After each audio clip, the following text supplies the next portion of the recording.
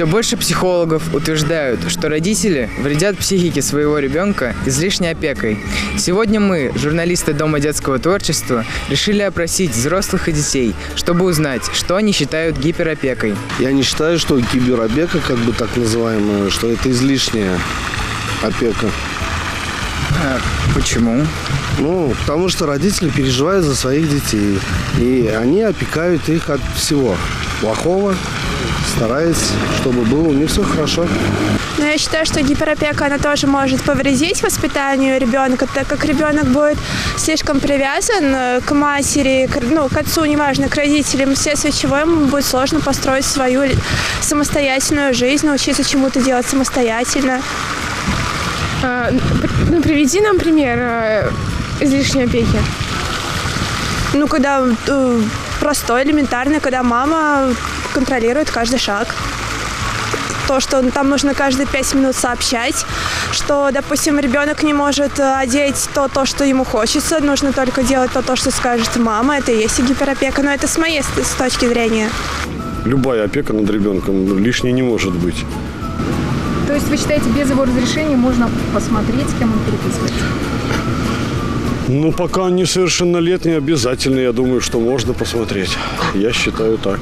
Что вы называете излишней опекой?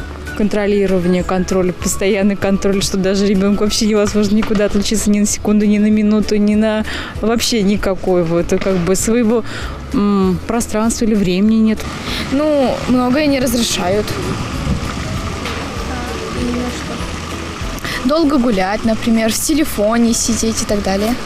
Как вы относитесь к излишней опеке со стороны родителей? Хорошо отношусь. За детьми надо следить, воспитывать их.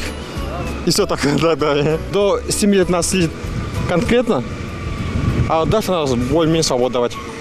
Что вы считаете излишней опекой? Излишняя опека – это когда выбирают друзей, выбирают круг общения, выбирают место, где гулять конкретно для человека. Вот это личная опека, считаю. Не нужна, я думаю, сверхопека такая.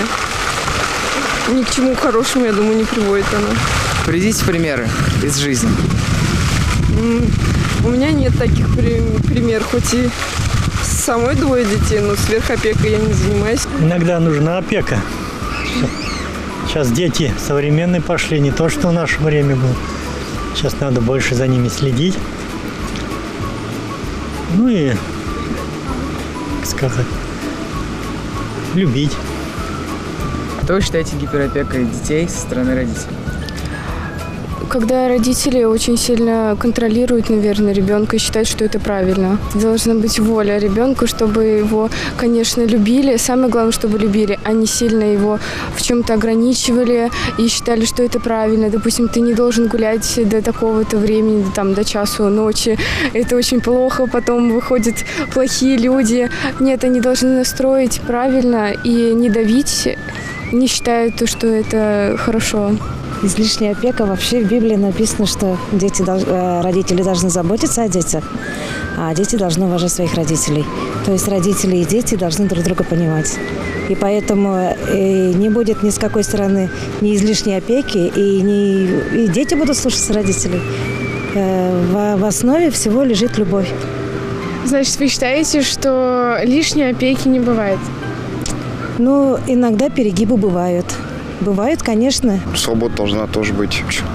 Хоть и молодого человека, но должна быть. Это, допустим, гулять хотя бы, не знаю, до 22, до 23 часов ночи. Мне кажется, это будет более правильно. И считаю, что больше свободы, имею в виду. Меньше спрашивают, куда, зачем и почему. Как-то так. Какие последствия будут при лишней опеке? Думаю, при лишней опеке человек станет более домашним таким. Не будет привыкнуть к серьезной жизни, так скажем. У него будет много проблем с общественностью. Родители разве не должны ухаживать? Да, родители должны. Чрезмерно ухаживать, чрезмерно. Как это выглядит, когда чрезмерно? Контроль всегда их дозванивать. Всегда знать, где наши дети находятся. Вообще, конечно, ребенок должен взрослеть И подростковый возраст – это возраст симфонии непослушания. Если ребенок не пройдет вот этот возраст, он не станет самостоятельным человеком. Такие массу примеров. Очень послушные сыновья никогда не становятся взрослыми мужчинами. Но есть, конечно, обратная сторона. Так что излишняя опека. Ну, что под этим понимать?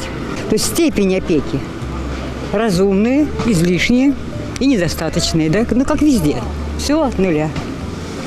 И кто знает, где эта граница находится? Это очень трудно определить. Родители тоже не боги.